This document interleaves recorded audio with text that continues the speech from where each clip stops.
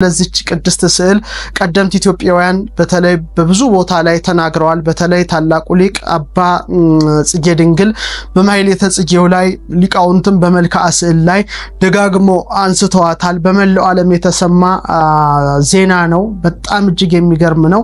ስለዚህ ቅድስት ስዕል ነው ዛሬ የምነግራችሁ። በተለይ እቺ ቅድስት ስዕል ከጉንጮቿ ደም ጠብ ሲሉ የሚታይ ስዕል ነው ስክሪኑ ላይ እንደምታዩት። ስለዚህ ቅድስት ስዕል እንግዲህ የጻፍኩት ፌስቡክ ላይ መስለኛል ከ6 ዓመት በፊት ነበረ።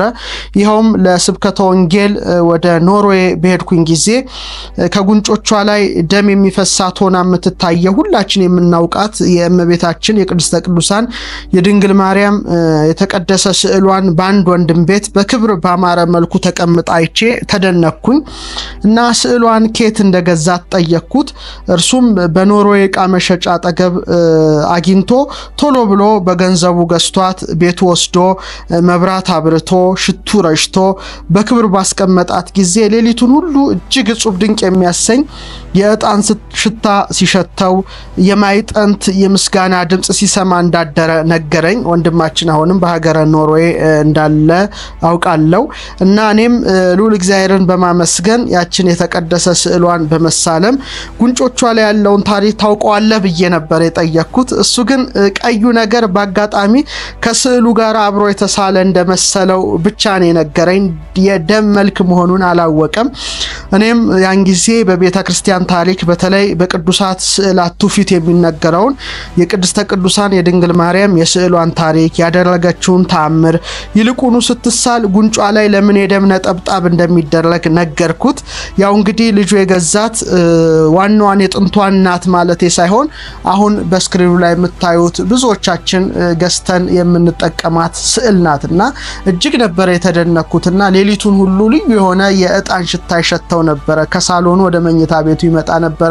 ግን ተነስቼ ሄዳለሁ ስል አልችልም እና ብርሃን ሁሉ ይታየኝ ነበር አለ። እኔም በእጅጉ ተደሰትኩኝ። ስዕሏን ተሳለምኩኝና ይሄማ ታሪኳ ለመላው ዓለም መነገር አለበት ብዬ ለመጀመሪያ ጊዜ እንግዲህ ከ6 ዓመት በፊት ነው ብያቸዋለሁ ፌስቡክ ላይ ፖስት አደረኩኝ። የካቲት 4 ነበረ ፖስት ያደረኩት። የበዓሏ የካቲት 4 ዋዜማዋ ነው። የካቲት 5 ደግሞ በመላው ዓለም ፌብሩዋሪ 12 እቺ ስዕል የምትታሰብበት በመሆኑ እኔም በእጅጉ ተደሰትኩኝ። በእጅጉ ተደስቼ እንግዲህ የስዕሏን ታሪክ ለሁላችሁም ለማጋራት ቃል በገባውት መሰረት የካቲት 4 እንግዲህ ፖስት አደረኩኝ። የካቲት 5 ብዙዎች ሲያስቧት አሉ። ከዛ በኋላ ታሪኳም ብዙዎች ከተረዱት በኋላ እጅግ አስገራሚ ተአምር አይናቸው እስከ መብራት የደረሰላቸው ሰዎች አሉ።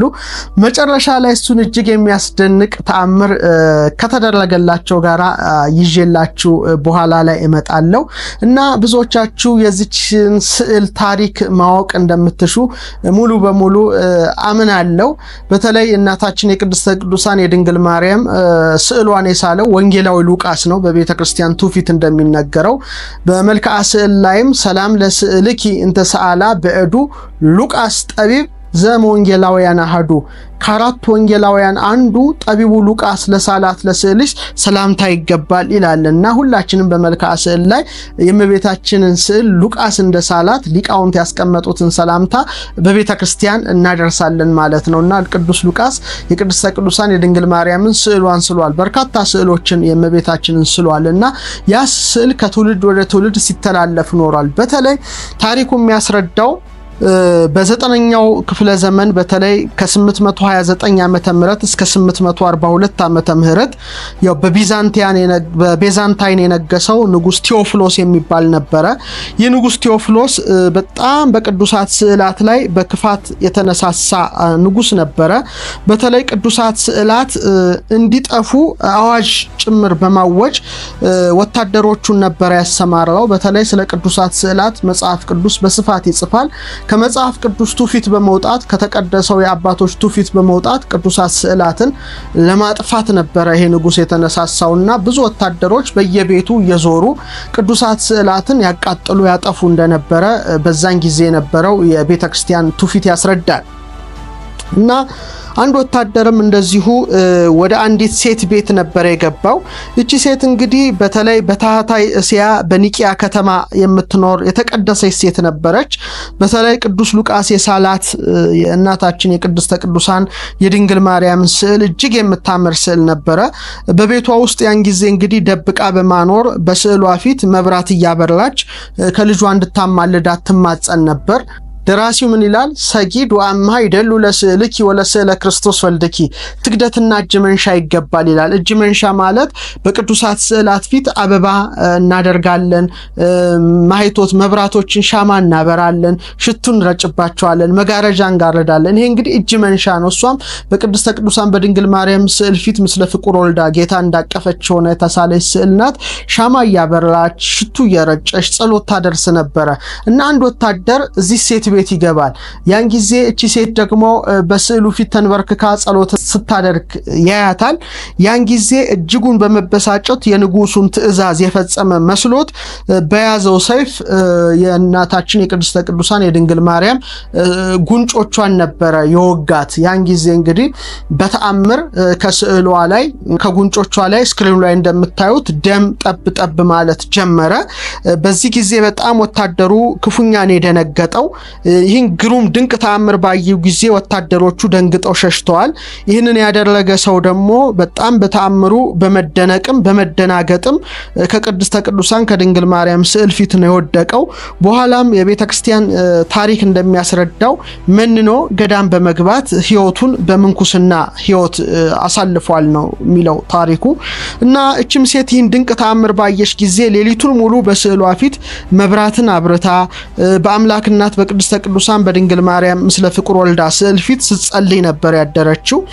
ስለዚህ በነጋታው በእግዚአብሔር ፈቃድ ከጉንጮቿ ደም የፈሰሳት የአምላክ እናት ስዕሏን በባህር ላይ እንድታስቀምጥ በመቤታችን በራእይ ታዛ ባህር ላይ ነበር ያስቀመጠቻት ስዕሏም እንግዲህ በባህር ላይ በመንሳፈፍ በማይበሉ እየተነዳች ያለምንም መስጠም ያለምንም መርጠብ ቀጥታ ወደ ጉዟን ወደ ምዕራብ አቅጣጫ አደረገች ነው የሚለው ያን ጊዜ የሷም ልጅ አንድ ልጅ ነበራት እሱም በቃ ወደ አቶስ ገዳም ይህን ተአምር ካየ በኋላ ለምንና ሄደ እና የተደረገውን ተአምር በተለይ አቶስ ገዳም ላሉት አባቶች ነገራቸው እናቱ እንዴት በስዕሏ ፊት ሻማ ታበራ እንደነበረ በኋላ ወታደሩ ገብቶ በሰይፍ በመታት ጊዜ ከስዕሏ ጉንጭ ላይ በተአምር ደም ጠብ እንዳለ ኢየሱስ ምን ይሳነዋል የበላ ማህያ እንኳን አንደበት ተሰጥቷት በሰው አንደበት ስትናገር አይተናልና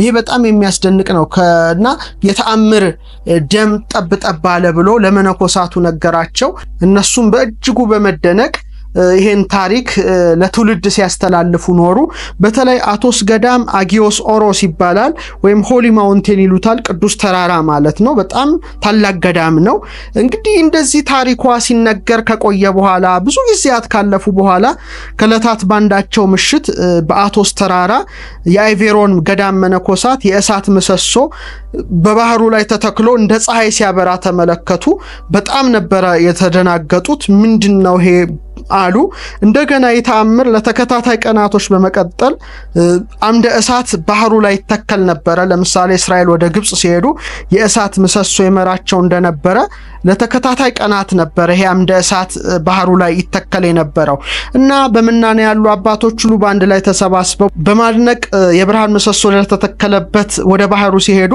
የእናታችን የቅድስተ ቅዱሳን የድንግል ማርያም ስዕል ነበር በተለይ ከጉንጮቿ ደም ጠብ ሲል የሚታየው ስዕል ነበር ወዲያው ወደ ባህሩ ወርደው ወደ ስዕሏ ለመጠጋት ቢሞክሩም ስዕሏ ግን ወደ ኋላዋ እየተመለሰች ሊያነሷት አልተቻላቸውም ያን ጊዜ እንግዲህ ሱባኤ ነበር የገቡት እዛው የአይቬሮን ገዳም ረድ ወይም የጉልበት አገልጋይ ሆኖ የሚኖር አባ ገብርኤል የተባለ የተቀደሰ አባት ነበር እሱ ብቻ ስዕሏን ከባህር ውስጥ ማንሳት የሚችል እንደሆነ የአምላክ እናት በራእይ ለመነኮሳቱ ገለጠችላቸው በተመሳሳይም ለአባ ገብርኤል ተገልጣለት ወደ ባህሩ ሄድ ማይበሉንም ሳትፈራ በባህር ውስጥ በእምነት ተጓዝ እናም ሁሉ ሁሉም ለዚህ አንተ ላለህበት ገዳም ያለኝን ፍቅርና ርህራሄ ምስክር እንዲሆኑ ስዕሌን ከባህር አውጣ በማለት ነበር እመቤታችን የነገረችው። ከዚያም ይህንን መነኮሳቱ በሰሙ ጊዜ መናንያን ሁሉ አባ ገብርኤልን ይዘው ልብሰ ተክህኖ ለብሰው እያመሰገኑ በማይጠንታቸው ዕጣን እያጠኑ የብርሃን ምሰሶ ለተተከለበት የአምላክ እናት ስዕል ወዳለበት ወደ ባህሩ ነበር ሄዱት። አባ ገብርኤልም በደረቅ መሬት እንደሚጓዝ ያለ ምንም ፍርሃት ወደ ባህሩ ሲገባ የእመቤታችን የቅድስት ድንግል ማርያም ስዕል ተጠጋችው። ያን ጊዜ እሱም በደስታ ሆኖ የአምላክ እናት የቅድስት ድንግል ማርያምን ስዕሏን በደረቱ ታቅፎ ተሳለማት። ወደ ባህር ዳርቻም ይዟት ወጣ። ያው እነርሱም በደስታ ሆነው እዚያ ያሉት አባቶች ሁሉ የእመቤታችንን ስዕል እጅ ነሷት። ከዚያም እንግዲህ ማክሰኞ ልክ በጠዋቱ ስዕሏ ባረፈበት ቦታ ላይ በሚያመሰግኑበት ጊዜ በጣም ቀዝቃዛና እጅግ የሚገርም ውሃ ነው የፈለቀላቸው። እጅግ ተደስተው የቅድስተ ቅዱሳን የድንግል ማርያምን ስዕሏን በታላቅ ክብር በታላቅ ምስጋና ይዘው ወደ ቤተ መቅደስ በመውሰድ መንበሩ ላይ ነበር ያስቀመጧት። ነገር ግን በጣም የሚገርመው በነጋታው መነኮሳት ወደ ቤተ መቅደስ ገብተው መብራት ሲያበሩ የእመቤታችን ስዕሏን ባስቀመጡበት ቦታ አላገኙም ነበር። ይልቁኑ በመግቢያው በር ባለው ግድግዳ ላይ ተሰቅላ ነበር ያገኙት።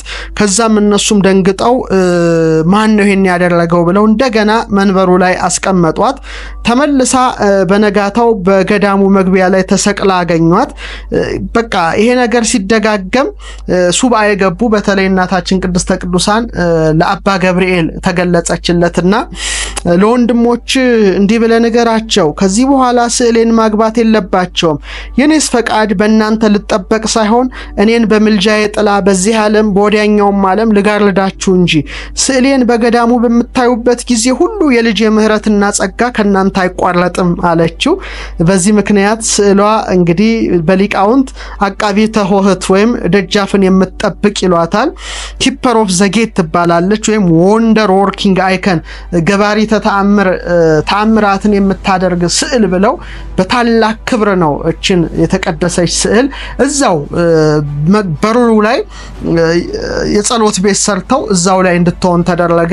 እናቺ ስዕል በዚህ ምክንያት በራፍን የምትጠብቅ ደጃፍን የምትጠብቅ ተብላ ትታወቃለች። ስለዚህ አብዛኞቹ ክርስቲያኖች እችን ስዕል ደጃፋቸው ላይ በራፋቸው ላይ ያደርጓታል።